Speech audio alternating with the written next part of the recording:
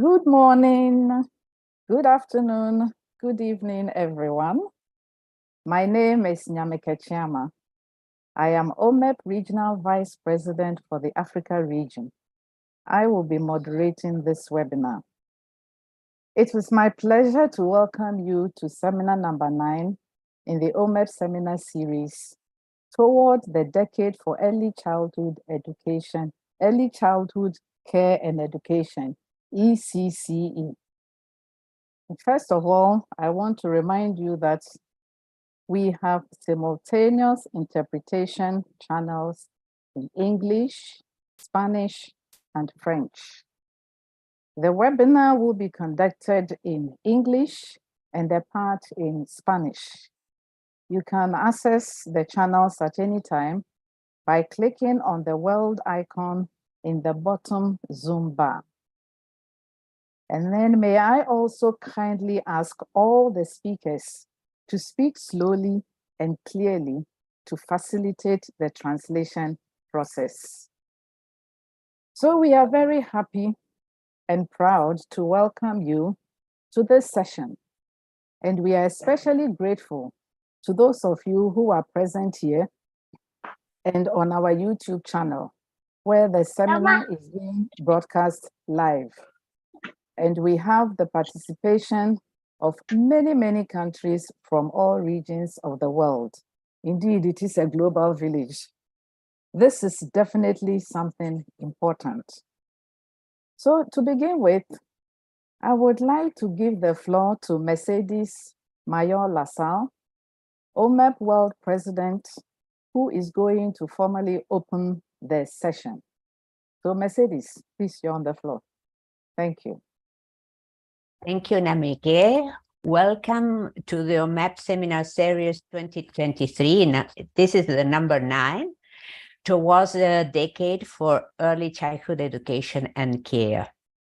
This seminar will address the country progress towards national SDG 4 benchmark, focusing early childhood education. As you know, OMEP has been working on the realization of human rights from birth, with focus on the right to education for 75 years. This is our 75th anniversary.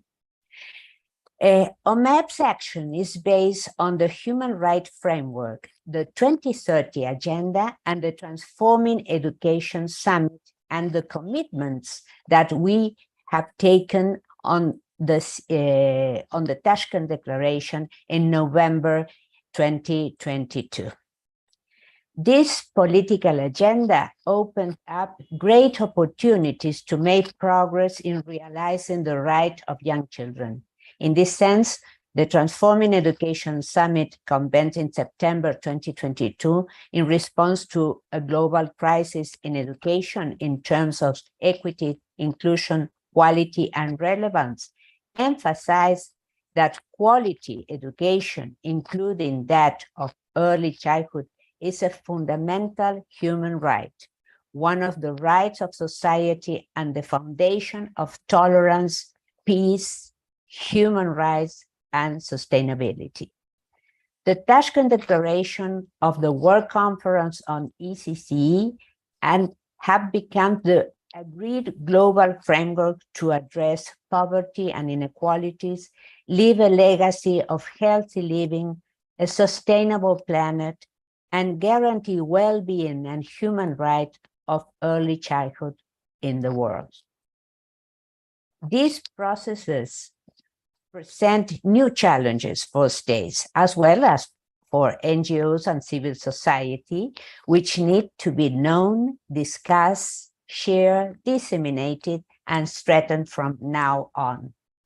Under OMEP's own motto, right from the start, we are working with our sights set on the approval of a decade for early childhood education for the United Nations that reinforces and guides action from states and communities to the youngest children.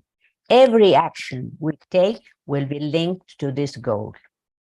During this year, one of the OMEP strategies to fulfill our commitments are the virtual seminar series and our regional conference in presence that will be held all over the world. They are opportunities for exchanging ideas and generate knowledge and plans to develop inclusive, equitable, and quality ECCE. Throughout the OMEP seminar series, we are sharing perspectives and experience that reflect knowledge, diversity, and richness of policies and pedagogies built around the world with the participation of relevant specialists and researchers from all the regions of the world.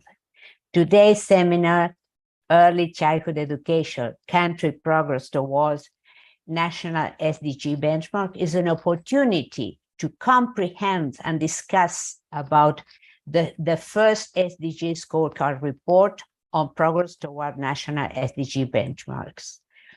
I would like to thank the enormous contribution of the UNESCO Institute of Statistics team, led by Silvia Montoya, and the GEM report a team led by Manos Antoninis, as well as the comments of Rajakumari Michaelsamy and Vernor Muñoz, esteemed colleagues, friends, and allies from the Right to Education Initiative and the Global Campaign for Education.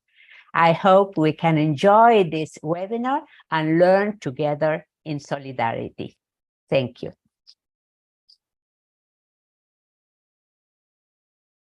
Thank you, Mercedes. Before we go on, I would like to inform participants that because of lack of time, we would not have a question and answer session.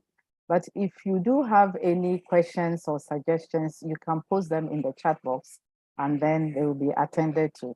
Thank you.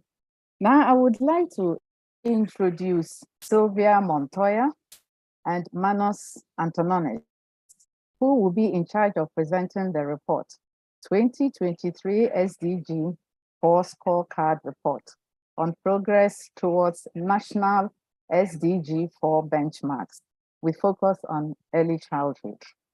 So Silvia Montoya is the director of the UNESCO Institute for Statistics, UIS, which is the official UN repository for statistics in the fields of education, science and technology, culture, and communication. Dr. Montoya has extensive experience in a wide range of national and international initiatives to improve the quality, management, and use of education statistics, with specific focus on learning assessment. With the adoption of the Sustainable Development Goals, SDGs, she represents UNESCO as the co-leader of SDG 4, working closely with the international education community to measure progress towards education targets. Manos Antoninis is the director of the Global Education Monitoring, thus GEM report since 2017. He was previously responsible for the monitoring section of the report. He coordinated the financing gap estimates for the 2030 education targets, the projections on the achievement of universal primary and secondary education completion, and the World Inequality Database on Education. He has been representing the report team in the Technical Cooperation Group on SDG 4 indicators, which he is currently co-chairing. Ladies and gentlemen, let us listen to Silvia and Manos attentively. Thank you. Thank you so much, everybody. It is a pleasure to be with you, and I hope that the translator, I felt that invitation to speak lower, like slowly, was for me. So I hope I can honor that request. Now, it is a real pleasure to actually be introducing to you this kind of a new tool that the UIS and the GMR has been working for a while, and I would like to give a little bit of a context. So if you allow me, we are going to put this in perspective. We are having actually complying with the request from the UN Secretary General that in the synthesis report back in 2014 called this new agenda to be taking place in 2015 to embrace a culture of shared responsibility based on benchmarking for progress. This actually has been adopted by the education community in November 2015 during the UNESCO General Conference with the adoption of Education 2030 Framework for Action that also reflects in the paragraph 28 the need to establish appropriate intermediate benchmarks for selected SDG 4 indicators that are indispensable for addressing the accountability deficit that is associated with longer-term targets. So there was a call by the UN Secretary General. It was adopted by the international community immediately. And actually, the Global Education Meeting, during the kind of successful meetings that followed, try to support the effect of the impact of the pandemic, in 2021, requested UNESCO and its partners, together obviously with the governance body, the SDG 4 Education Steering Committee, to propose relevant and realistic benchmark of key SDG 4 indicator for subsequent monitoring.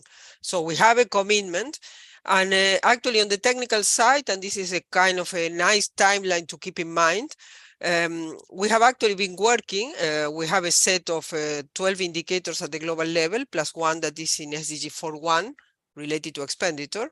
So we have 13 in the global level, and we have an additional 32 indicators in the thematic framework. And the challenge was to select and to come out to an agreement and a consensus. So we have been working intensively with the GMR in making consultations through the technical cooperation group that oversees the agenda in the technical components to try to agree on 7 indicators that actually we reached that consensus in 2019. In 2020, we actually adopted a process to follow how we're going to be consulting, because we just needed to set the levels and to try to agree. So in everything, the process was agreeing on the set of indicators and agreeing on the process of how to set the values of reference. And then we have actually worked intensively as to this call of the Global Education Meeting through consultations in the first part of the year. Then to actually to make the case to the Global Education Meeting about the process that has been endorsed by the Technical Cooperation Group. And then our UNESCO Associate Director for Education sent an invitation to all ministers asking to set values for those indicators. And we did the first compilation towards the end of the year that actually has been launched with a new tool that is online, that is a Global Education Observatory. But we continue actually working on this process, and in 2022, we presented the first report on International Education Day on January 24th, and this has been followed by the second request to the countries from ADG Education to complete the 7th indicator on equity, and that has been agreed the previous year, and at the same time to complete and to review the indicators and the values already set in case the countries have new information emerging from COVID impact that they needed to actually to rethink on these benchmarks that they have actually sent to us in 2021. We made the presentation of this kind of quite extensive contribution from the countries in the Transforming Education Summit in July, and at the end of the year, based on the discussion during the Transformation Education Summit that was actually held in September, there was a decision to add new indicators on greening and digital education, and we're going to come at the end of the presentation with this case. In January 2023, we launched our first SDG 4 scorecard, and this is what we're going to go into detail today. So these are the indicators that we're talking. These are the policy areas or the SDG 4 targets you see in the first column. We have actually the 10 targets plus the indicators that are coming from the framework for action that are regarding funding education. And from those, these are the 7 indicators that have been chosen as part of this consultation process that was held during 2 years. This is about participation in basic education, out of school rate, finalizing basic education in the different levels, that is a completion rate, that is a global indicator. It's about learning in reading and mathematics, that is also in target 1, that is about basic education again. We have pre-primary education, 4.2, the indicator on participation on organized learning 1 year before primary.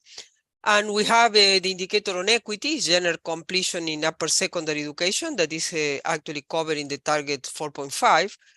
And we have an indicator regarding to teachers, again, a global indicator, and the 2 indicators that are in the framework for action, whose level, minimum level, are already set in the framework for action. So you have that tool that we have launched back in November 2021, that is the Global Education Observatory. If you want to go and you want to check what are the values of the countries to the latest values that there is available and the levels of the benchmarks, you have that information for all the 7 benchmark indicators. But you also have the possibility to set the trend over time of for that indicator for each country. That information is online on the Global Observatory. And at the same time, we have the publication, the first one that we launched in July, that was actually having already an analysis, where you can see some analysis of the indicators that have been actually agreed, but basically you have in the annex also an important tool. If you want to check in each of the countries, if the country has set indicators, has set benchmark values for a given indicator, you can go to the Annex A and you can see the benchmark submission status of the countries. The country have not set indicators in general for all, set benchmark for all indicators, but they have chosen what indicators to set benchmark. But also you can go in the Annex B in that publication and actually see the values that the country has set, including the baseline value for 2015 for each of the indicators. So you can compare the baseline with the 2025 and the 2030 values. That these are actually contained and described in that publication and in the Global Education Observatory. To get a sense of how much it has been massive, really, we are appreciating the trust and the contribution of the countries, is a country coverage that we have for these indicators. We have that 65% or out of 6 out of 10 countries, or 7 according to how you see, has submitted the templates that we have actually provided to the countries. Then we have a group of countries that are part of regional kind of frameworks that are having their own definition ahead of what the international community has set. These two processes have actually been working, some of them for a longer time, but they have already their frameworks. These are the CARICOM in Latin America, and this is the European Union, that are already having their own frameworks with the minimum values in general for different indicators. So we have a 10% more of the countries there. And also the GMR and the UIS team has mapped all the national plans, budget laws, all the kind of documents that are official from governments, where they have set targets. So in some of the cases, we have added a few other countries that are also coming from that process. I have to clarify that we have mapped for all the countries in the world, but because the country have sent already their values, we have taken the values submitted by the countries in many cases. We have identified more or less, we have 10% of the countries that are not having values. Half of them, 6%, are having plans that are having good declaration of objectives, but they are not having quantitative targets.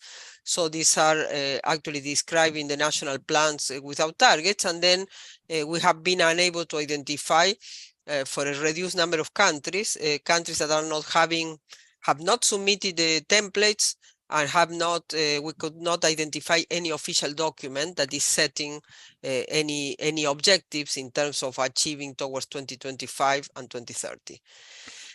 And to some extent, and because this is a kind of an analysis to see where the world is going to be, based on the contribution of each country, because the benchmarks are trying to actually to look at the process similar to climate change and trying to see how much each one will contribute to make all of us move forward.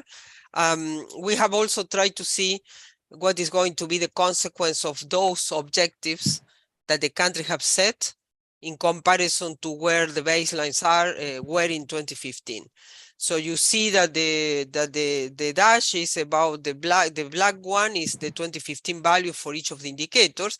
And then you have two triangles, that one that is empty, that is for 2025, and the other one that is full for 2030, that are the aggregation of those progress that the countries have shared in those templates on their national plans.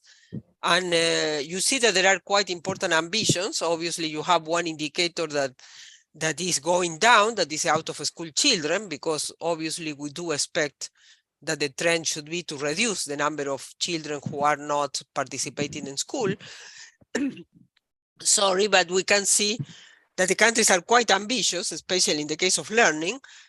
We could see also that those progress that they are intending are in some of the cases above any kind of historical progress rate. But this is a little bit of the picture. And to some extent, the information that the GMR and the UIS would like to share with the international community about what we're going to be.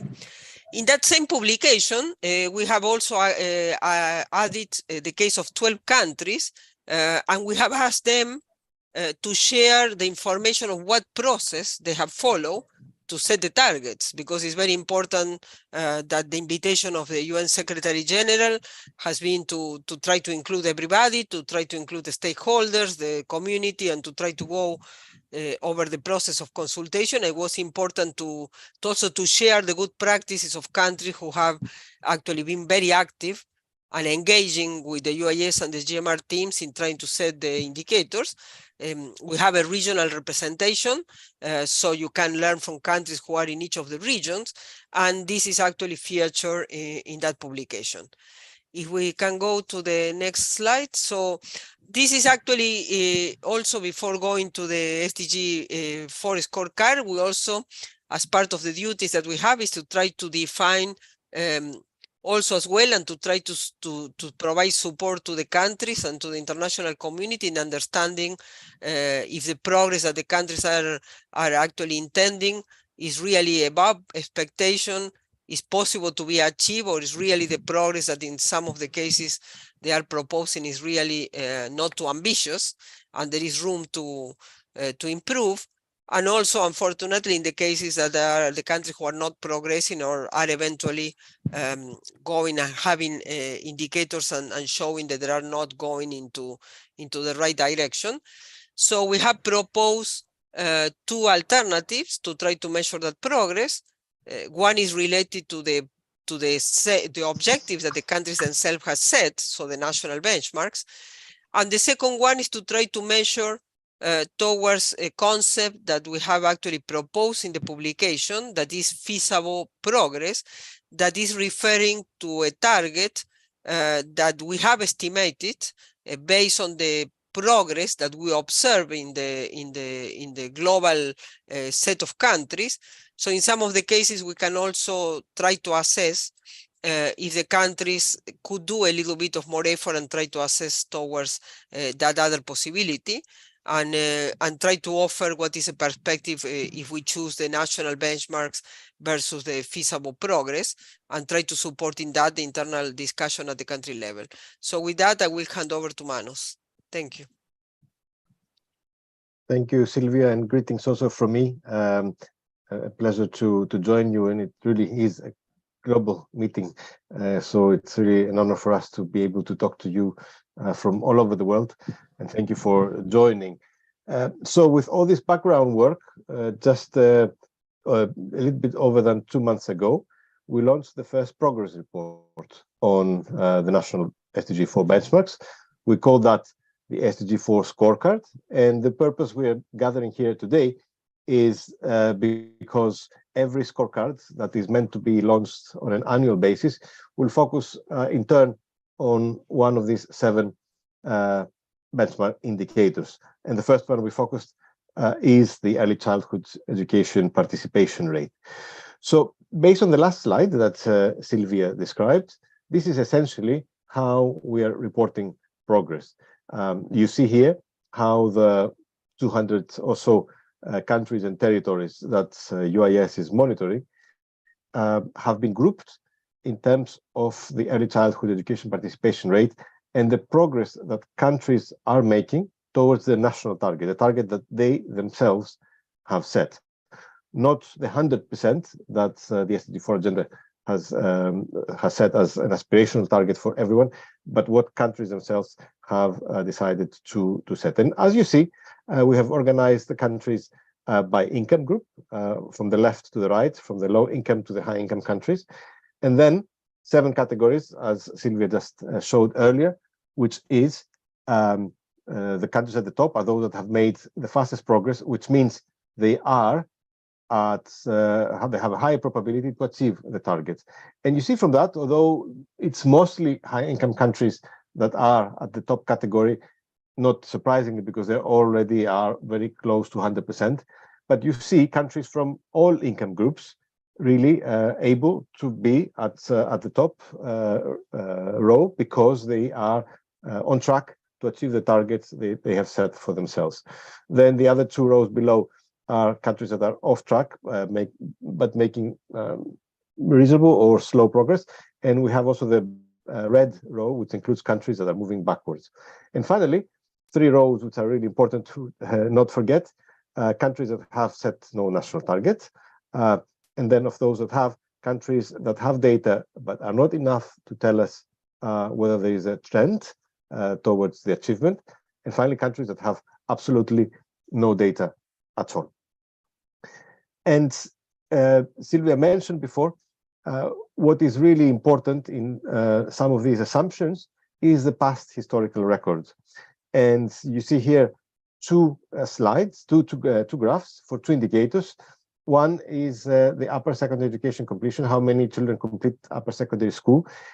And you see from this graph that we have organized the countries according to their starting point, from being at the lowest range between 0 and 10%, with only 1 in 10 children or young people finishing secondary school, to countries that are universally achieving secondary completion, and everything in between. The gray points, the gray bullet points, is the progress of the average country in each slot, and you see that countries tend to accelerate progress at the maximum, reaching about 1.5 percentage points per year in terms of improving the completion rate, and then gradually slowing down. But within its group, its 10 percentage point group, you see also great variation. You see some countries are moving at twice the average rate, and some countries not moving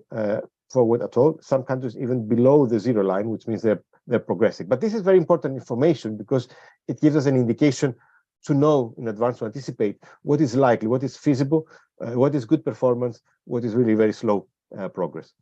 We've done the same also with the early childhood education participation rate. That's on the right-hand side.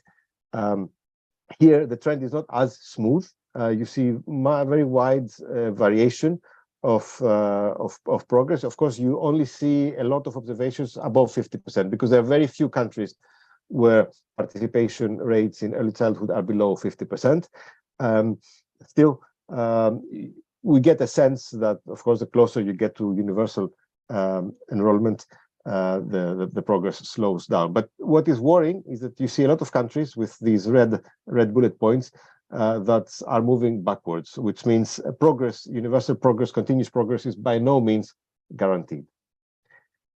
And here is another interesting graph that requires everyone's really participation and contribution to make things better. Here we have put the two types of targets that we described, as Silvia was describing before.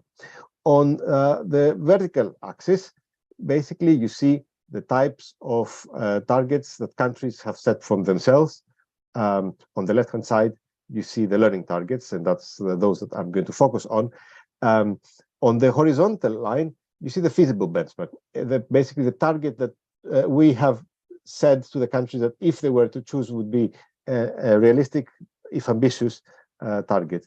If these two assessments, our assessment and the country's assessment, were the same, as one might have expected, then most of these dots for every country would have been along the diagonal. So countries would have set the type of target we would have expected them to set.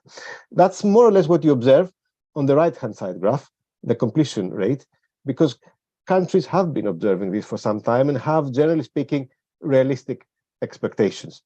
But for a target like learning, which you see on the left-hand side, what you see is a big variation. You see countries that start from a low point, those that are on the left-hand side, let's say, of the graph, often setting very ambitious targets on learning because they're not familiar with this indicator and they don't know where they are and how fast they can move. By contrast, countries that are on the right-hand side of the graph tend to be below the diagonal, which means that they tend to set very unambitious targets. They are more conscious because they have more information and they don't like to set a target that would be ambitious. They're not even used to setting a target. So that's a very interesting piece of information because this exercise, as I will explain, is also about helping countries learn how to set targets. Let's now come to the most important and interesting part of the presentation for you as a community on early childhood. As I mentioned, the focus indicator was the early childhood education participation rate. So we dedicated a large part of the report on that. And for us, what is very, very important is that having a scorecard should not be the end of the conversation, as often is the case with many monitoring publications. It should be the beginning of the conversation. And that's what we have tried, and we will be continuing to try encouraging countries to do, to look at the results and link them to policies. So in this case, we focus on 3 policies that are very important. The first is legislation. Countries are expected, according to the SDG 4 agenda, and there's an indicator for that, to guarantee at least 1 year of free and compulsory pre-primary education. What this graph shows here, which is focusing on the left-hand side on the free pre-primary education, shows that actually there has been very slow progress over the last 10 years. And to this date, 1 in 2 countries in the world do not guarantee a single year of free pre-primary education. That is a bit of a cause of concern, as you see. Among those that do guarantee, you see a variation. Some countries guarantee 1 year of free. There are even a few countries that guarantee up to 6 years of free pre-primary or early childhood education.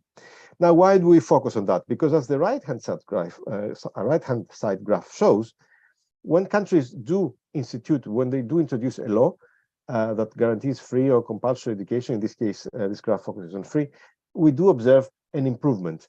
Now, whether that is a result of the signal that the government sends that it is important, it's a priority, and families should take it seriously, or whether the law is accompanied by some kind of policy, it depends on a country-by-country basis. Here, as you saw from the graph, there are very few countries that have made that legislation. It was only 16 countries over the last 10 years, and most tend to be in high-income countries.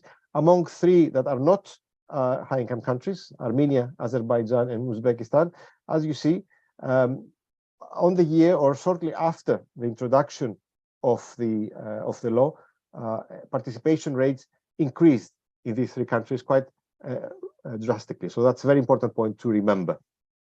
The second policy that we looked at is financing. Now, there is a bit of a caveat here. As I will explain in a minute,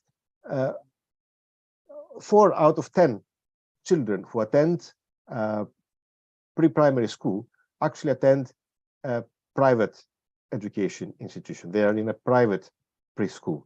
So if we plot the participation rates against the spending, you see that, as you can see on the left-hand side, you see that there is no link between spending and enrollment.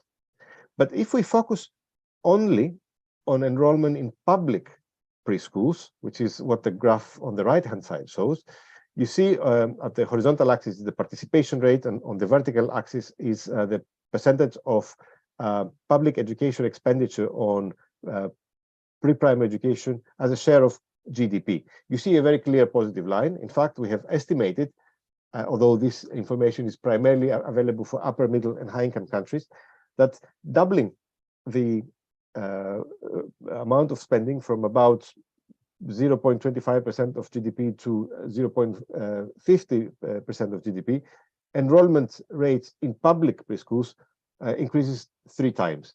So it's a very important reminder that public education expenditure is really an important force for change. Finally, the third policy that we looked at after legislation and financing is regulation. Given the very, very important position that private provision has in so many countries, it is important that governments regulate. Now, governments do regulate, as you see on the left-hand side, at the upper part of the graph. Almost every country in the world provides basic regulation on who should open, who can open a private preschool, who can own it, when does such a preschool have to close because it violates certain rules, etc. But relatively few countries, a minority of countries, have regulations that are important for equity, such as fee setting or subsidies to support participation, or quality, such as the accreditation of teachers. And on the right-hand side, you see that these policies matter, because in most cases, having a policy oriented towards equity or quality of private providers leads to a considerable increase in participation rates. For instance, as you see at the very end, if a country has a regulation that provides subsidies for tuition fees so that children can also attend a private preschool, especially those that are in need, financial need, we see that there is a considerable increase of more than 10 percentage points on participation rates. So this is information that was collected as part of our last Global Education Monitoring Report on non-state actors, and features in the PEER website that you can find online. So to summarize a little bit and to see how we can engage with OMEP, and it's a pleasure that we have also the Global Campaign for Education in this presentation. These benchmarks are really important in the sense that, as Silvia said, they mark the contribution that each country is making to the global agenda. So that's really important because it takes us away from the achievement of 100%, which, as we know, not every country can achieve, and making it specific to what each country is prepared to contribute. And that's the link that Silvia was making earlier with the climate change agenda. The second important part of this process is that it allows us, as you saw in that table, to make the progress, the monitoring of the progress, context specific. Every country's starting point differs from each other, but the process encourages them to set targets that are more ambitious than just doing what they were doing before, but not stretch them to a degree that we know they cannot deliver. And that's how we should be evaluating country progress, whether they really managed to make a difference to what they were doing before. The third, and that's was not covered very much in the presentation, is that we're trying to link the national targets with the global targets, which is often two dialogues happening in parallel. Now we have a common language to link them. And in some cases where regional organizations are also active, we try to do that in the same way at the regional level. For instance, the European Commission has, for the European Union member states, regional benchmarks on early childhood education participation, and we have adopted these targets in this process.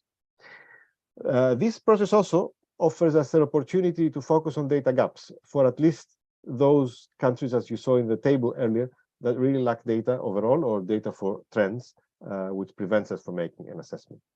It also encourages countries to strengthen their national plans, because it draws attention to those countries that Silvia was showing earlier that have a plan but that do not have a target, and therefore there is no clear sense of accountability. And finally, we hope that this process will also be very important for the global education cooperation mechanism, and it was an achievement during the Transforming Education Summit to make the benchmarking process essentially the linchpin of this. I will not go into any more detail because I see time has passed, and it would be important to hear also from the other participants' their perspective. Thank you so much for your attention. Thank you, Silvia and Manos. Yes, time is fast spent. And having heard this presentation, we need to have some reflections on them. We have two people who are going to do this. And the first one is Rajakumari Michaelsamy of the Right to Education Initiative. Now, Rajakumari is a human rights professional with over 15 years of experience in various aspects of human rights, including human rights education, research, monitoring, training, intervention, and advocacy. Being an ardent advocate of rights to education, she has closely worked with children and educators in India from pre-primary to secondary level. She joined RTE in February 2021 and has previously worked with a range of national and international NGOs and organizations. She holds a master's degree in human rights from the University of Essex and a postgraduate diploma in international human rights law from the National Law School of India University. Rajakumari, you are on the floor, but please, time is of the essence, so keep it short. Thank you very much. Yeah, Thank you. And hi, everyone. Greetings from the Right to Education Initiative. First of all, I thank Mercedes and OMEP for this opportunity to share our reflections concerning this topic. I also sincerely thank Dr. Silvia and Dr. Manos for this presentation and especially their team for this report. I consider this report a timely wake-up call to reflect on the targets and to link them with the policies. I wish to share some of my reflections and concerns in 4 different aspects. First, it is about the inclusion of children from the marginalized communities in the data. Leaving no one behind is the central and transformative promise of the Sustainable Development Goals, and that endures to reach the furthest behind first. It aims to ensure the inclusion of socially, economically vulnerable population who are left behind in the development process. However, I am afraid that the disaggregated data of the vulnerable groups are not reflected enough in the national data. Although initiatives are made for localizing SDGs, studies conducted by civil society organizations demonstrate discrepancies with the national average and the data of this vulnerable population. If we take SDG 4.2.2 indicator that measures the participation rate in pre-primary education, the disaggregated data is available only based on sex. Similarly for other indicators as well. In this context, how do we understand the progress from the point of view of reaching the furthest behind? My second reflection is about the area of policies and progress. I sincerely thank the 2 organizations for providing this critical analysis in this report. As the UNESCO Global Study on the Right to Pre-Primary Education points out, legally guaranteeing at least 1 year of free and compulsory pre-primary education could lead to increased government prioritization and funding, higher enrollment rates, and higher rates of early childhood well-being. But as the analysis provided in this report, in 2020, only 91 out of 188 countries guaranteed 0 years of free and compulsory primary education in their legislation. This is a significant concern. Until the states convert their political commitments into a legal guarantee, seeking accountability would be at risk. Without an adequate legal base, would countries focus on achieving targets? Importantly, this can also lead to the exclusion of marginalized groups, especially migrants and refugee communities. For example, an analysis at RTE shows that ECCE is not an explicit right in many countries that host migrant children. According to UNICEF, Africa and Asia host 3 of every 5 child migrants, but as the report highlights, most countries in these 2 regions do not have legal provisions for free and compulsory pre-primary education.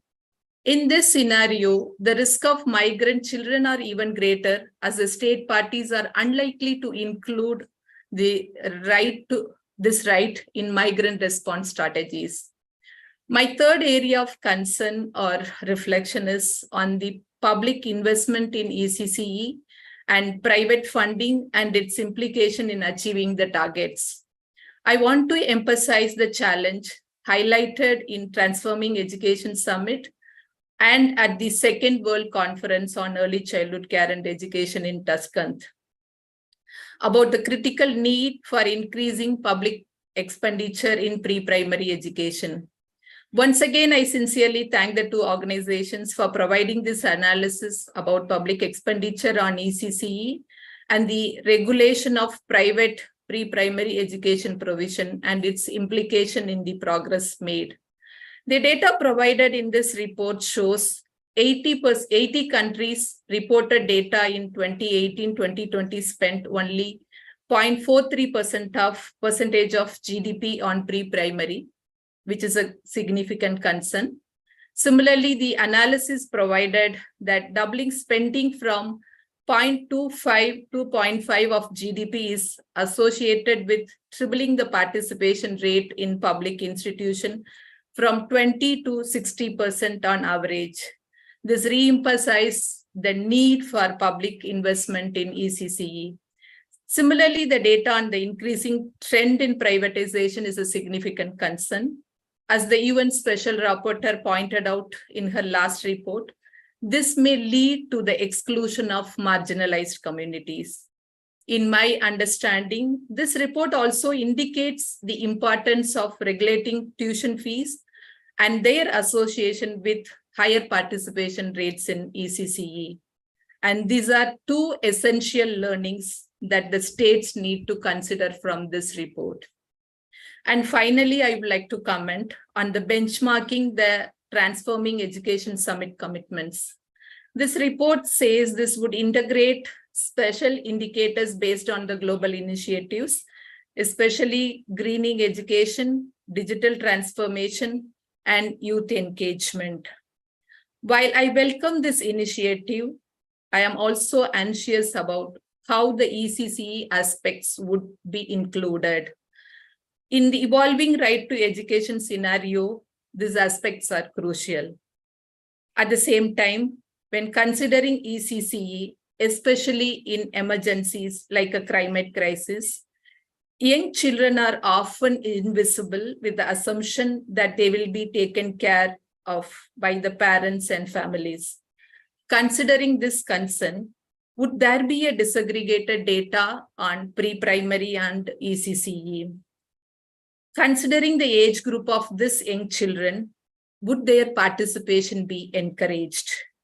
How would digital education impact these children? And would their concerns be covered in these three dimensions of connectivity, capacity, and content? In short, my concern is considering ECCE to be an integrated program with nutrition, healthcare, protection, and education, etc., are standard indicators that apply to other levels of education fit for ECCE. If not, how can we address it from a data perspective? In conclusion, as the report aims, I hope this progress assessment process strengthens the accountability for fulfilling government commitments by developing policies and allocating adequate funding. Thank you. Thank you very much, Raja. We will now hear the... You are muted, Nyamikeh.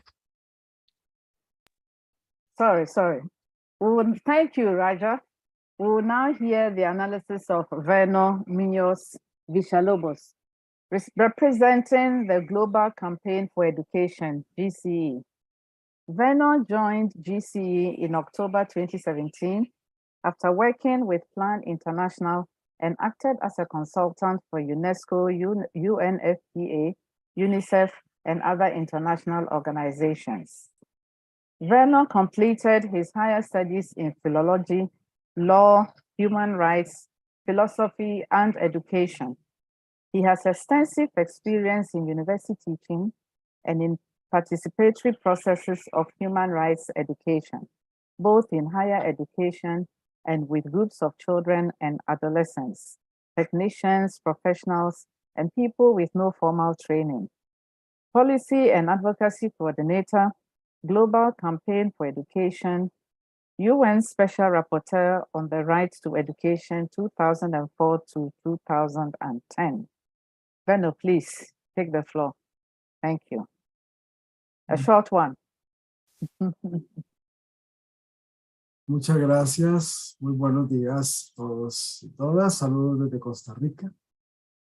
La campaña mundial por la educación celebra la publicación de este importante informe de referencias del progreso mundial del Objetivo 4 de Desarrollo Sostenible, esta vez con un enfoque especial en la primera infancia. La campaña mundial continúa siendo un aliado clave para el equipo del informe de monitoreo global y por supuesto para el Instituto de Estadísticas de la UNESCO. Y por esa razón, pues agradecemos la oportunidad que nos brindan para comentar esta entrega. De igual manera, apreciamos la ocasión de compartir esta plataforma con OMEP. OMEP es una distinguida miembro de la Campaña Mundial por la Educación, quienes han dedicado 75 años, como ha dicho Mercedes, a defender y promover el derecho a la educación y al cuidado de la primera infancia. Así es que es un gran honor que agradecemos a nuestra querida amiga Mercedes Mayol y a todas las personas de OMEP que nos acompañan. La educación, como se ha dicho, es un derecho humano universal y esto significa que ninguna condición debe restringir su disfrute. Todas las personas tienen derecho humano a la educación desde el nacimiento hasta la muerte. Y a pesar de la claridad de este principio, históricamente se ha promovido una interpretación restrictiva del derecho a la educación por razones ideológicas, económicas y políticas, limitando las obligaciones estatales a las demandas de solo ciertas poblaciones y de ciertos grupos de edad. Y el resultado de esta interpretación impropia e ilegal es, entre otros, que bueno, hay aproximadamente 773 millones de personas adultas en el mundo que no saben leer ni escribir, ni siquiera una oración simple, casi 2/3 de las cuales son mujeres. Y además, pues, se calcula que existen alrededor de 175 millones de niños y niñas de entre 3 y 6 años que no tienen oportunidades educativas. Entonces, recordar que el aprendizaje a lo largo y ancho de la vida es el principio pedagógico que refleja el significado pleno del derecho a la educación, ya que abarca todo el proceso continuo de aprendizajes y refuerzan la idea de que todas las personas tienen derecho a la educación, al cuidado y al aprendizaje durante todo el ciclo vital y en todos los aspectos que contribuyan a su desarrollo integral. En cuanto a la primera infancia, las estadísticas mundiales disponibles confirman la limitada oferta de servicios de cuidado y educación para niños y niñas de 0 a 3 años. Y este informe creo que no es la excepción.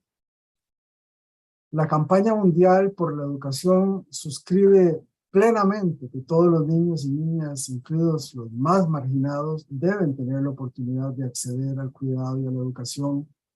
Y los gobiernos deben garantizar servicios integrales e integrados para los niños y niñas más pequeños. También creemos que el plan de estudios y los enfoques metodológicos deben satisfacer las necesidades educativas de desarrollo, nutricionales, de salud, individuales de los niños y niñas, y que las madres especialmente deben recibir educación y apoyo, mientras que las maestras y el resto del personal deben ser capacitados, calificados, apoyadas y valoradas profesionalmente. La campaña mundial por la educación hace un llamado a la provisión del financiamiento progresivo para el aprendizaje y la educación de la primera infancia pública, gratuita y de calidad de al menos el 1% del Producto Interno Bruto. Y recuerda a los estados que tienen la responsabilidad principal de garantizarlo, principalmente a través de la justicia fiscal y de la expansión de los recursos públicos. Pues la participación del sector privado creemos que en ningún caso debe subrogar esta obligación, y más bien la tendencia debe ser la de fortalecer la educación pública gratuita y de alta calidad para la primera infancia. Y pensamos que UNESCO debería apoyar la educación pública como la vía idónea para asegurar el derecho a la educación de los niños y niñas más pequeños. Si examinamos la planeación y los presupuestos de los gobiernos, como también la cooperación de de donantes a los países en desarrollo, parece que el derecho a la atención y a la educación en la primera infancia y su carácter indivisible de los demás derechos no es ampliamente aceptado. Con algunas excepciones notables, la mayoría de los gobiernos no prioriza todavía o muchas veces no incluye la primera infancia en sus estrategias ni en otros planes nacionales, ni destina tampoco presupuesto para su manutención. El promedio del gasto público regional destinado a la educación inicial varía entre 0.5% del PIB en Europa del Este y Central a cerca de 0 en países de Asia suroccidental y del África subsahariana. El Comité de los Derechos del Niño ha destacado en sus informes que muchos estados ofrecen muy poca información sobre la primera infancia, limitándose básicamente a datos sobre mortalidad infantil, registro civil, de nacimiento y atención en salud. Sin un marco de derechos humanos, la presión sobre los gobiernos para cumplir con sus responsabilidades resulta débil o está ausente. Y a veces el valor de los informes, como el que se presenta hoy, corre el riesgo de ser obnubilado ante la insensibilidad de los estados y de la comunidad internacional. Y esto lleva a un dominio preocupante del sector privado en la prestación de servicios para la primera infancia, creando para las personas más pobres y vulnerables una barrera por sus costos y además de una dependencia basada en esta justificación económica para su provisión de educación en la primera infancia. Este escenario trae implicaciones peligrosas para los contenidos y los currículos en el cuidado y educación en la primera infancia, como también en la distribución de sus servicios. Debido a múltiples razones, que incluyen el limitado desarrollo normativo, la persistencia de visiones patriarcales y adultocéntricas, la injerencia de los organismos financieros internacionales y de las corporaciones en la definición de las políticas públicas, además la subordinación de dichas políticas a las necesidades del mercado y la falta de interés de los gobiernos, la perspectiva de la educación en la primera infancia como un derecho humano suele ser suplantada por una visión economicista y utilitarista, afianzada en la idea de crear capital humano.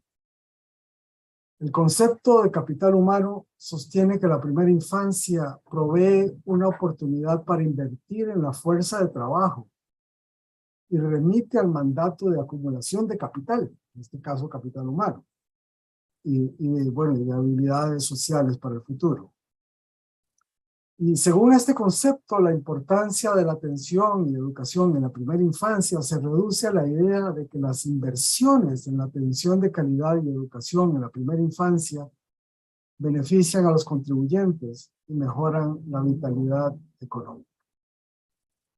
Creo que este enfoque reduccionista de la educación en la primera infancia anula a los sujetos centrales, en este caso los niños y las niñas, e impide su participación activa al considerarles en su futuro, pero no en su presente, alimentando así grandes asimetrías estructurales que son el germen de la exclusión y de la discriminación.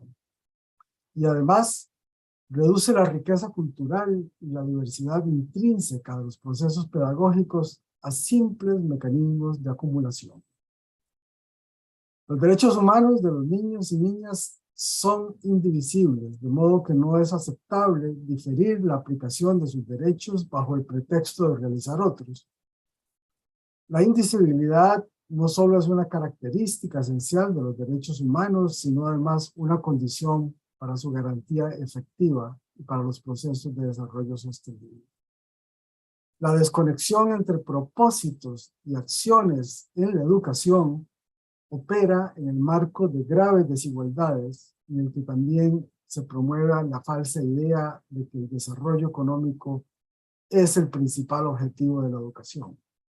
Y en este contexto es considerada como un gasto, no como un derecho humano.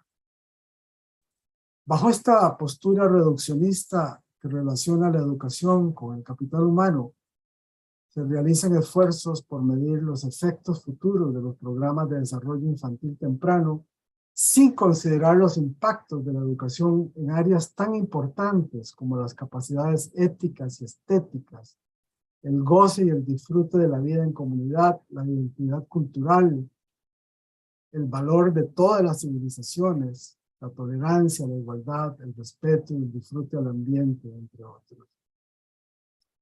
Por el contrario, la atención y educación en la primera infancia, desarrollada desde una perspectiva de derechos humanos, no solamente tiene la posibilidad de preparar a las personas para su vida futura y para construir mejores condiciones económicas, sino además para promover la paz dentro de la comunidad y las naciones, para promover la equidad, estimular la movilidad intergeneracional y, por supuesto, superar la pobreza. Los sistemas de información y registro, y especialmente los esfuerzos que realiza la UNESCO en informes como el que nos ocupan el día de hoy, deben desarrollar estrategias para contar con datos que expliciten elementos que usualmente provocan prácticas discriminatorias y atentatorias al ejercicio del derecho a la educación, como por ejemplo en materia de género, pero también en materia de pertenencia étnica, discapacidad y movilidad humana. Y para finalizar, quisiera ofrecer algunas reflexiones breves que a mi juicio deben ser consideradas al momento de analizar, planear y legislar en torno al derecho al cuidado y a la educación en la primera infancia. En primer lugar, creo que los planes y programas que la operativizan no deberían ser el reflejo de la idealización de la infancia, sino que más bien tienen que responder a la realidad diversa de los países. Es importante propiciar investigaciones que permitan la aproximación a las distintas cosmovisiones de los pueblos y que a la vez estimulen el debate y la participación en la construcción de políticas públicas capaces de reflejar y dar respuesta a los problemas urgentes y estructurales. Debemos exhortar a los ministerios de educación a que garanticen visiones integrales, sistémicas y sistemáticas de sus obligaciones y de la educación en general.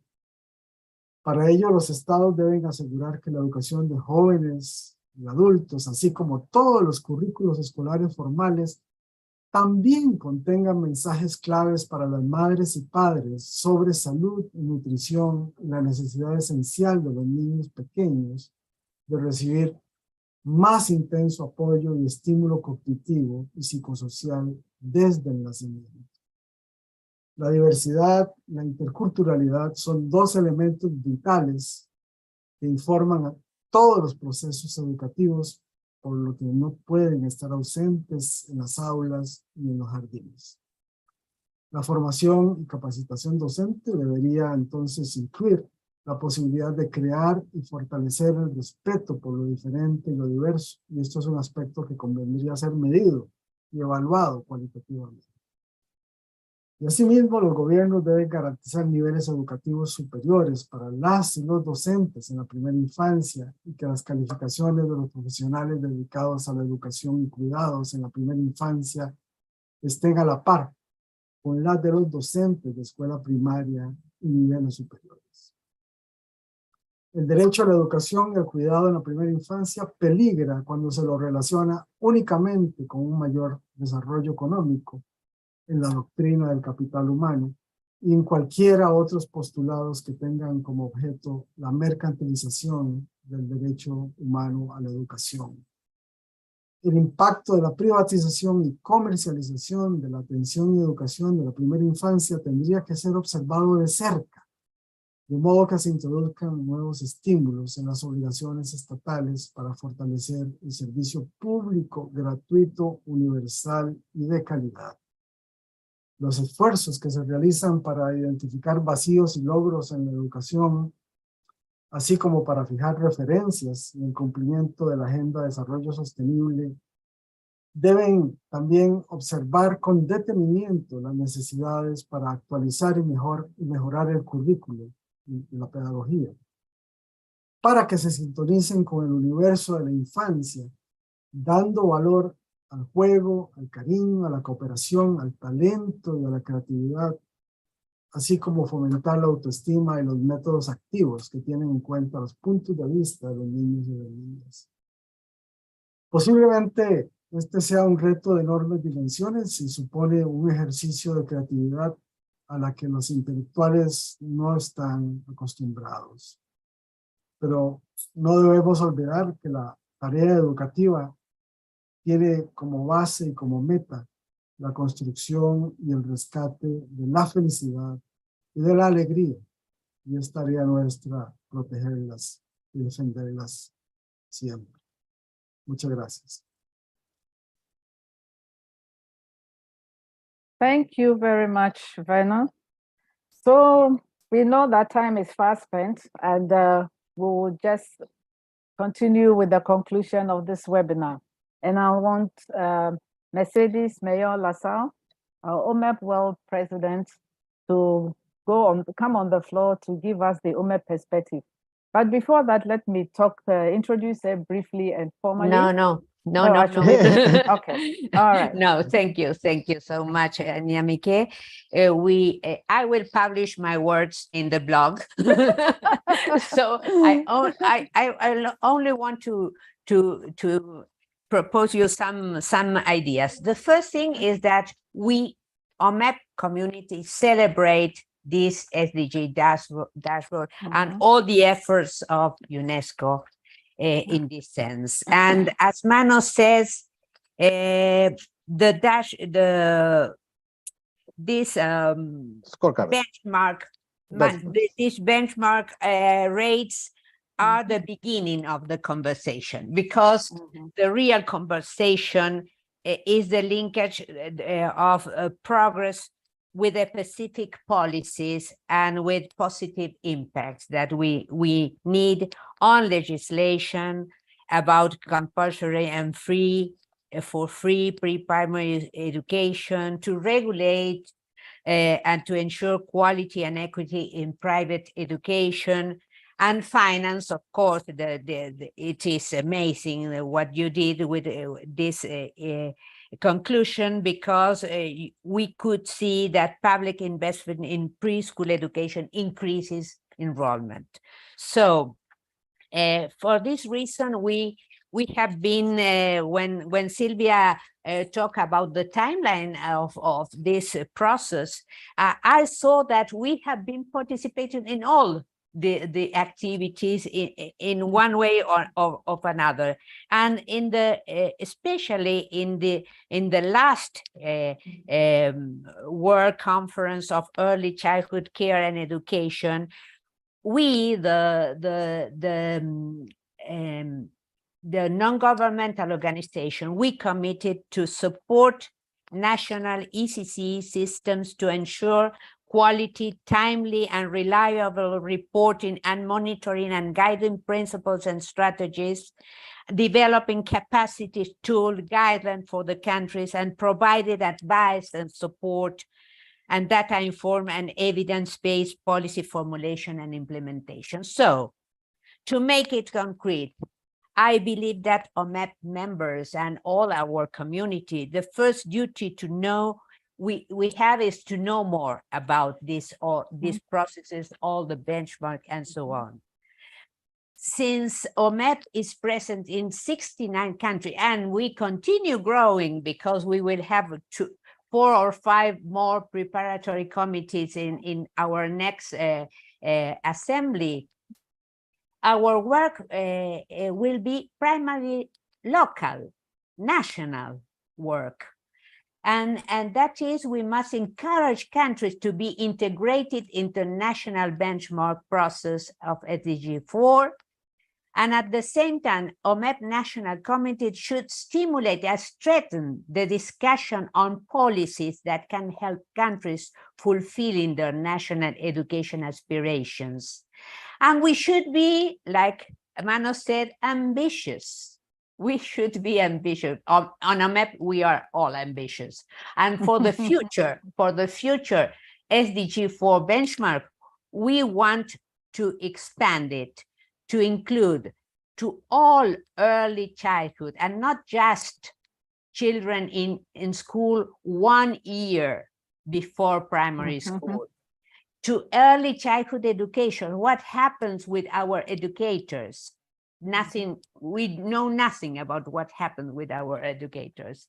And also to the quality of learning of young children in relation to SDG 4.7, that rise in human rights education, gender equality, the promotion of a culture of peace and nonviolence, global citizenship, and the appreciation of cultural diversity and contribution of cultural to sustainable development. So the rest will be on the blog. Thank you so much. Thank you very much, Mercedes. So ladies and gentlemen, we have gone a little bit over our time, but you'll be happy to hear that we have come to the end of today's webinar. We want to thank you all so much for attending. Special thanks go to all the many countries who are watching on our webinar on our YouTube channel at OMEP World TV. For your information, the videos of this webinar will soon be uploaded in 3 languages, English, Spanish, and French. So you can watch and download them at any time. We want to take this opportunity to invite you to follow us on the social media networks at World OMEP and to participate in the next webinars from the series. Thank you all very much and goodbye. Open the cameras, please. Yes. Thank you, dear friends, for all over the world. For coming. All right.